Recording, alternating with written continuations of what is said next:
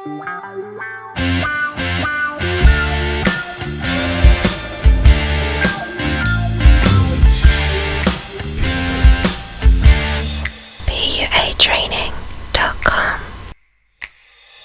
Hey guys, got a very cool video for you today. I'm going to be talking about ways to be more confident and happy. I don't know how many ways just yet because this is unscripted, but I'm going to have a bunch of different ones. And sitting next to me is Anastasia. She was a Miss World contestant and she might chime in with a few ideas of her own.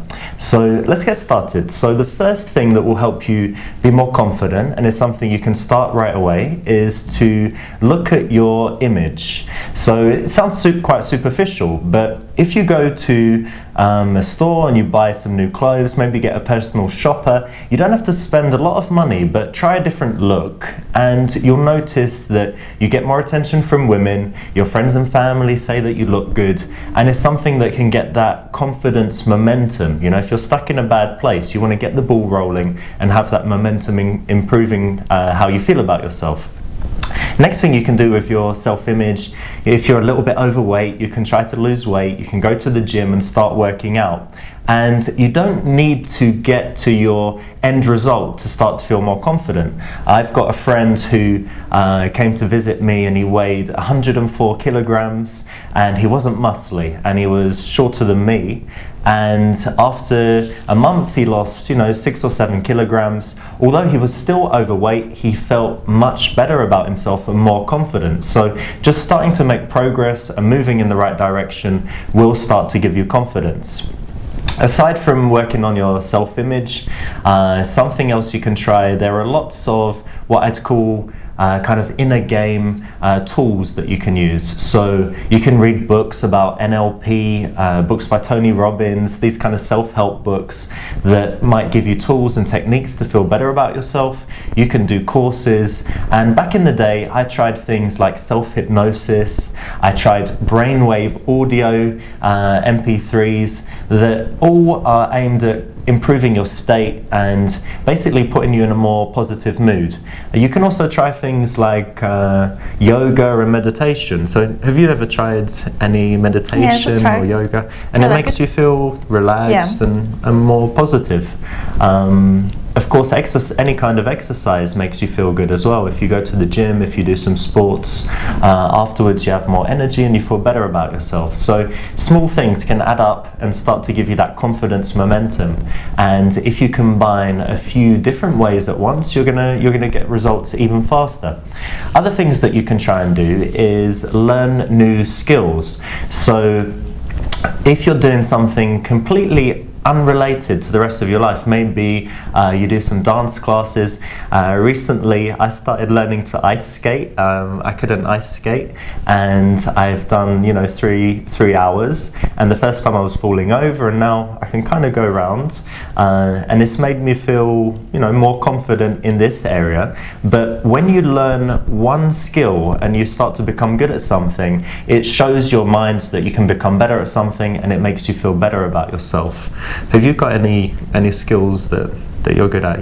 Good at tennis or ice skating or chess? Yeah, sometimes I go on skating. Yeah, I like it. It's a cool date. The first time I tried it, I went with a girl, and it was the most embarrassing time ever. So I said I had to learn it. So I've been working on it once a week. So I'm getting better. But when you get some progress in some area of your life, it makes you feel better. Even something as small as going ice skating. But a good way to look at things is to look at your life overall and think about your career, your personal life, your knowledge and experience, and your skills, and to always try and have progress in all of these areas.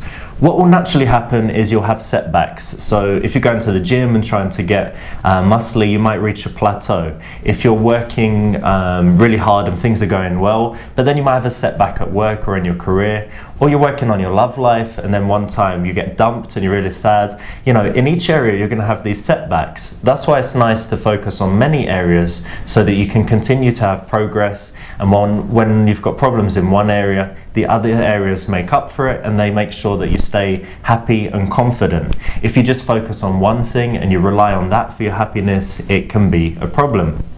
So So always trying to have progress is something that will help you. Aside from that, so we've got the tools, we've got learning skills. Something simple is just improving your knowledge and trying to think about the kind of man you want to be in the future. So it's always good to make plans, to write down things that you'd like to try, things that you'd like to do. Every time you have a plan for the future, you're going to feel more confident and happy.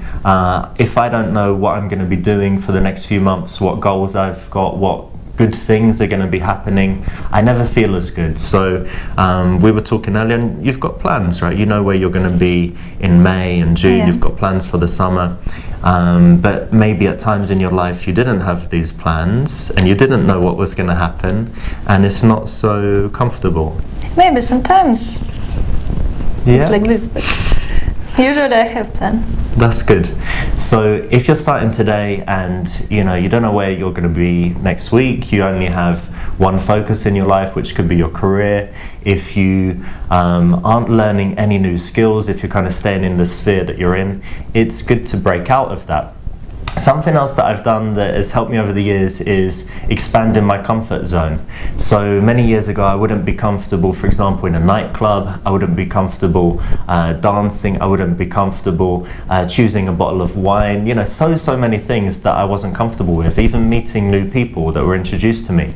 And gradually over time I've desensitized myself. I've thrown myself into these areas so that over time my comfort zone becomes bigger and I become comfortable in more situations than before.